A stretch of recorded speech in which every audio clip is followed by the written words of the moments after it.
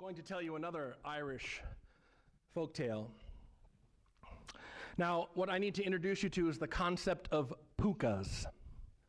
Pukas are important. Pukas are a form of Irish fairy, but not a nice one. Oh, I know, you've seen Disney, and they dance and they sew clothes. No, they don't. Pukas can be nasty. They appear in whatever form they choose to appear in.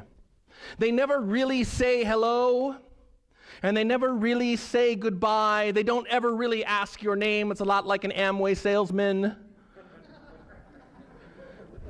They just are kind of there, and they can appear in any form they want, and they're kind of creepy. That's important. Pukas. Sometimes they appear as cats with red eyes. Oh, maybe you've heard that story. Other times they appear in other ways. The story of Mort O'Sullivan, which I'm about to tell you, should be an example to young men everywhere to live a virtuous life.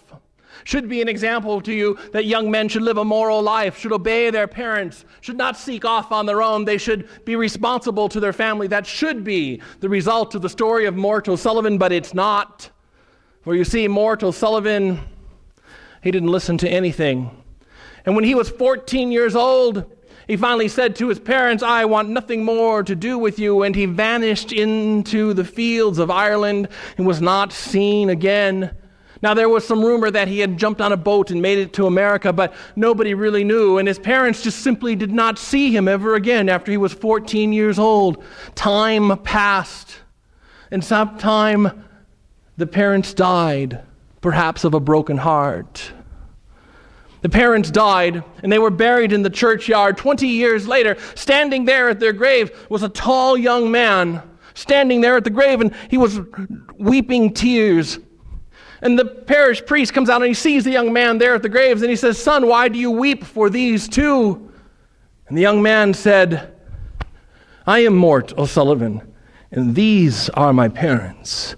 I have returned only to find that they have died. How their hearts must have been broken." The parish priest said, Indeed, Mort, their hearts were broken. "What can I do, Father? What can I do to make up for what I have done?"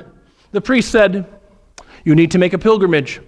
You need to make a pilgrimage to the shrine of St. Gobnet." Now that is quite the pilgrimage, let me tell you, for it's the bottom of Ireland through Ballyverney and places through that. It's a tough area to walk through. And he said, "You make that all the way to the shrine of St. Gobnet, you will be forgiven and all will be well." And at that moment, in the night, Mort said, "I shall."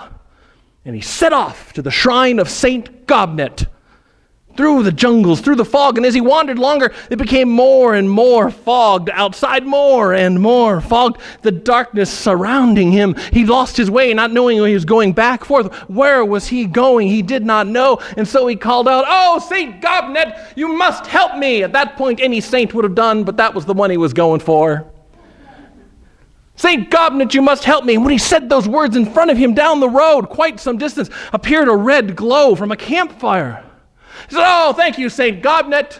And he made his way towards that campfire. He got pretty close, so much that he could see an old bent-over figure right next to the campfire. But as he got closer, whoa, the campfire moved ahead of him. Quickly, fast. And every time he got close, whoa, the campfire would move ahead of him. He couldn't figure out how that old bent figure could move so fast and take the fire with. He would get closer, whoo, and the campfire would move ahead of him. Whoo. One time it moved, and it moved behind him. Whew, the campfire kept moving.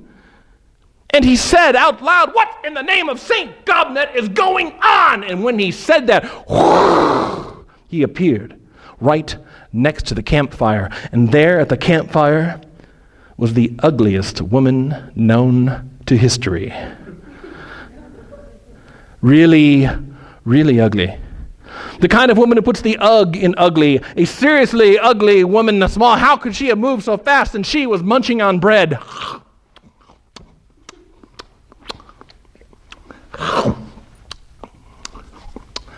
She looked up at Mort. He found himself frozen in fear at that very spot.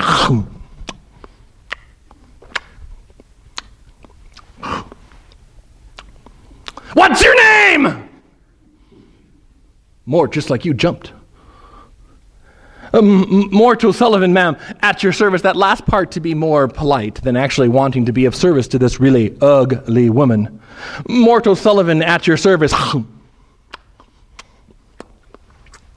Where are you going? Oh, I am seeking out the shrine of St. Gobnet, but I'm lost.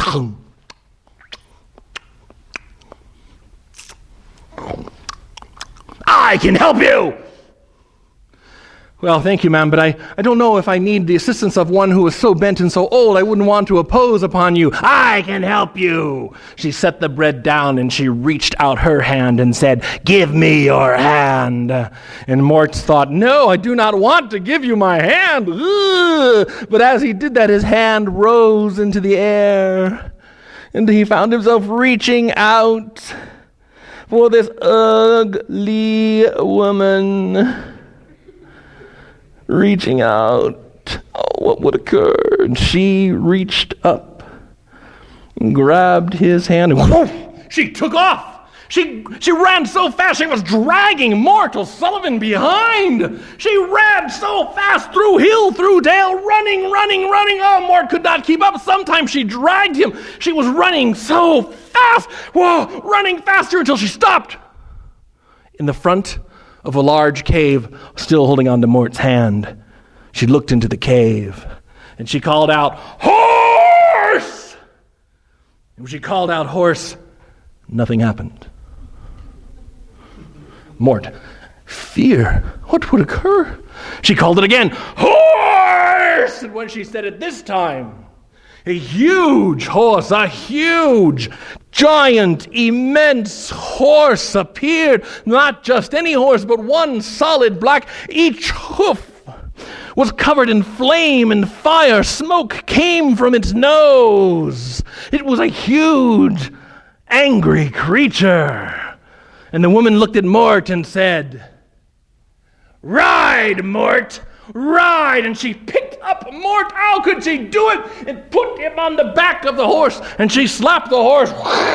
Ride. And the horse took off even faster than the woman had run. Faster and faster through hill, through dale. Mort not knowing if he could even hold on. But when he reached out to grab the horse, his hands went right through the horse as if the horse was composed of mist. Running faster and faster, surely he would die.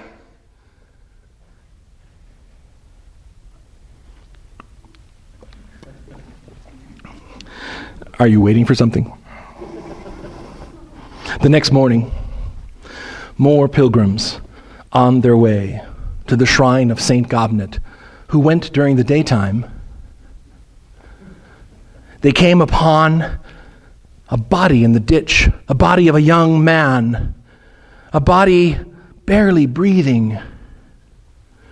And they bent down to nurse this poor man back to health, covering his wounds. He could barely breathe. And they said, what is your name? Mort O'Sullivan. Where are you going? To the shrine of St. Gobnet. We are going there.